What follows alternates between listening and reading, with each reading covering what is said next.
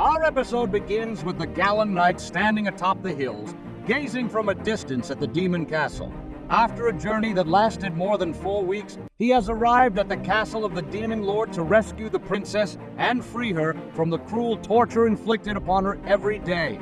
The scene then shifts inside the demon castle, where we see the princess and 2 other girls leading her to torture in various ways. Today, their plan is to send her to an amusement city, like an amusement park, so that the other girls can... The princess becomes enraged and longs to participate in these games, expressing her desire to play with them. When they ask her if she wants to accompany them, she firmly refuses, stating that she is a prisoner in this place. However, they tell her she can ask the chief investigator if she is allowed to go or not. The scene now shifts to when the chief investigator finally arrives. The princess tells her she wants to leave, but the chief investigator, whose heart is like stone, informs her that she cannot go. The princess becomes extremely angry, shouting at her and asserting her right to go somewhere else to change her mindset.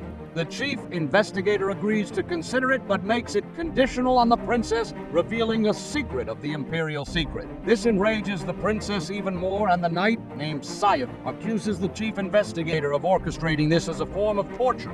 He believes that from the beginning to the end, it was a calculated plan and not just a leisurely trip to the amusements. However, the chief investigator provocatively reveals that the invitation to the amusement city was entirely genuine. Adding an unexpected twist, the sword speaks to the princess, advising her not to be deceived again.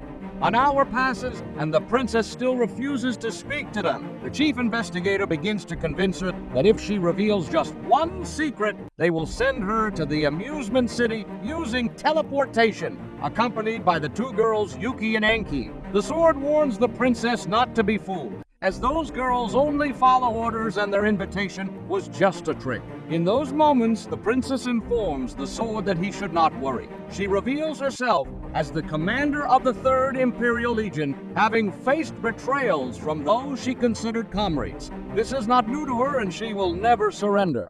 The prison's timekeeper holds the hourglass and informs the princess that the amusement city is now open, and she has triumphed today without undergoing any torture. The princess reconsiders when Yuki and Anki talk to her about the amusement city. Shortly after, she receives a message on her smartphone from Yuki and Anki stating that they will be waiting outside, overwhelmed with emotion. The princess pleads with the chief investigator, who promises to tell her a secret. The princess confesses, and the scene shifts as she uses the teleportation circle to arrive at the amusement city in a new outfit. Everyone starts to enjoy their time, indulging in popcorn and delicious sweets. They ride cars and amusement park rides, doubling the fun with the company of others. Night falls, and there are grand celebrations in the city. The scene transitions to the chief investigator speaking to the Demon King, revealing that they have finally obtained a new and valuable piece of information. The Sea King prefers the sea over the land. Then the Demon King informs the princess that today is enough, but his son will personally take charge of the torture session tomorrow. The scene shifts outside the palace, where the guard we saw at the beginning of the episode is waiting for any entry. The scene then transitions to the princess, watching pictures of them in the amusement city. Torture's chief enters, informing the princess that today's torture will be handled by the Demon King's son personally. The sword expresses surprise, as the princess is supposedly the Demon Lord's only daughter. The Demon King's son enters, appearing to be a child aged around 4 or 5. The chief informs them that the child named Mayo Chan is trained in advanced torture. When the princess sees Mayo Chan, she is captivated by her cuteness. Mayo Chan starts dancing and calls her sword, delighting the princess. The princess reassures the sword that she was trying to gather information. However, the Demon King's son scolds Mayo Chan, stating that she is only skilled in easy torture and shouldn't let her age deceive them. The princess explains that Mayo Chan has been placed with high expectations due to her parents, but hasn't succeeded in obtaining information through torture before. Mayo Chan cries, feeling inadequate for the task. The princess consoles her, telling her that her efforts will bear fruit someday. The sword questions the princess about encouraging the enemy, but the princess ignores him. The conversation continues with the Demon King's son, and the princess requests that Mayo Chan demonstrate her courage by torturing her now. Mayo Chan is thrilled to do so. The sword attempts to talk to the princess, urging her not to reveal any secrets about their empire. But as usual, the princess doesn't listen. It's now time for the princess's torture, and we see Mayo Chan holding a bubble wrap, expressing her love for popping bubbles. She tells the princess that if she pops them in front of her, it will make her feel jealous. Mayo continues to pop bubbles, but the princess feels nothing. The princess speaks to herself, acknowledging Mayo's cuteness, but expressing her lack of any emotional response. Despite this, she desires to share a secret with Mamomo to prevent her from getting upset. The prison guard encourages Mayo, stating that she almost succeeded in the test and should continue to strive for success. Mayo becomes enthusiastic, continuing to pop numerous bubbles in one motion, explaining to the princess that these bubbles escape quickly, so she only pops them on special occasions. The princess, however, becomes increasingly agitated and frustrated. After Mayo finishes popping the bubbles, the princess, angered and distressed, screams at her, promising to tell her everything she wants to know. The princess confesses a dangerous secret: the key to the Imperial Army. The prison guard commends Mayo on her excellent performance and grants her the freedom to do whatever she wishes with the princess. Mayo approaches the princess, removes her restraints, and suggests playing a chasing game. The princess joyfully agrees, and as they play, the sword becomes more distressed by the prince. The scene shifts to the Demon King when he receives the key to the Imperial Army. The key's message is act kindly, let learning be your goal, and live positively. The Demon King is delighted by his son's achievement, framing the key and vowing not to let anyone else see it. The next day, prison life enters the princess's cell dressed in Chinese attire and informs her that today's torture will involve a specific Chinese dish. The sword is shocked because he knows the princess loves Chinese food, and enduring this torture will be challenging for her. The princess, when faced with the Chinese meal, changes her expression due to her fondness for this cuisine. The princess confesses that she indeed loves Chinese food, narrating how a secret servant used to take her to a hidden Chinese restaurant after her lessons. The old lady there advised her to order everything and have it served in one dish. The princess fell in love with the food, and this revelation astonishes the sword. The princess assures him that she will reveal all the secrets of the empire this time, but she finds it amusing how her collapse is due to the torture of enjoying her favorite Chinese dish.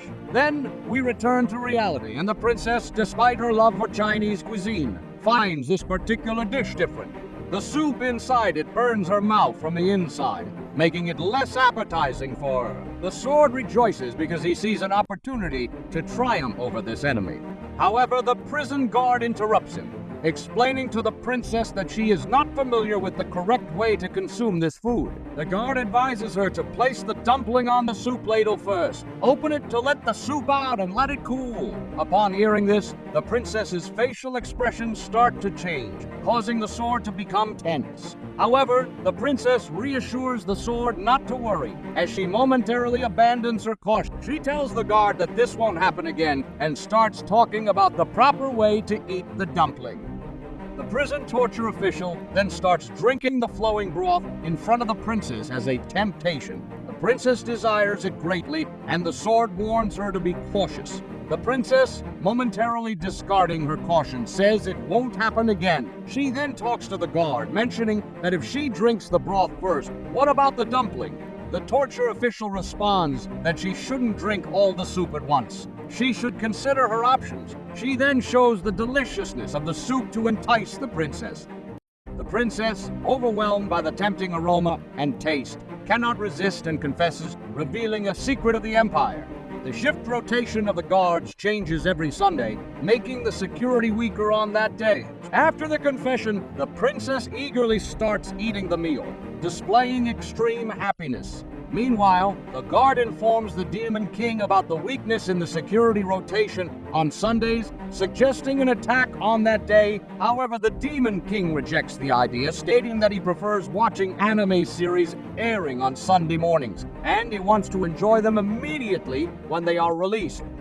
On the other side, outside the Demon King's castle, the mysterious knight is still standing there. He has already headed towards the Demon King's castle and has entered to rescue the princess. He calls out to her, initially making her think that the food has arrived. But when he repeats the call, he informs her to calm down. He reveals that he cast a sleep-inducing spell throughout the castle. He introduces himself as the White Knight from the First Imperial Team Love and has come to save her.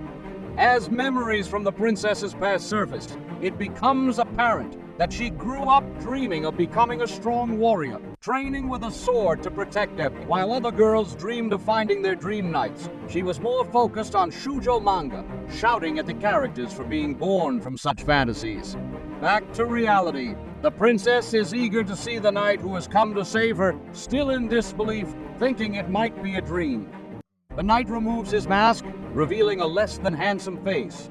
The princess comments on how reality is always different, stating that marrying someone with modest features might be preferable. The knight then proceeds to free her from her restraints. The princess asks about their escape plan, and the knight mentions that he has spent a lot of time searching for her, and the effects of the sleep spell will wear off soon. He suggests using a return spell to go back to the palace directly. The knight, feeling awkward, explains that for the return spell to work, they need to be close to each other. The princess, without objection, says that she doesn't mind a bit of closeness. Then the knight begins to perform the rituals to activate the return spell, holding the princess closely. The princess is astonished by the proximity and touch, describing it as a completely new experience. She admires the knight's handsome appearance and beautiful voice as he chants the spell. Despite feeling some discomfort from his firm grip, she reassures herself that she is the princess and commander of the Third Imperial Fleet, and such things shouldn't affect her. As the spell progresses, the knight's hand moves upward, nearing her chest, with the princess mentioning that she has given up her femininity when she became a knight. She notes that she won't surrender easily, but suddenly she strikes him to make him. The knight vanishes instantly, leaving the place. In the morning, her torture session proceeds as usual, and she informs Sword X about the strange encounter in the evening. Sword X assures her that he is confident she will reach her goal eventually. On another note, the Demon King addresses his special forces and is informed that the torture didn't yield any useful information. He sees the princess as a formidable adversary. The episode concludes with a teaser for the upcoming episodes, urging viewers to subscribe to the channel for future updates.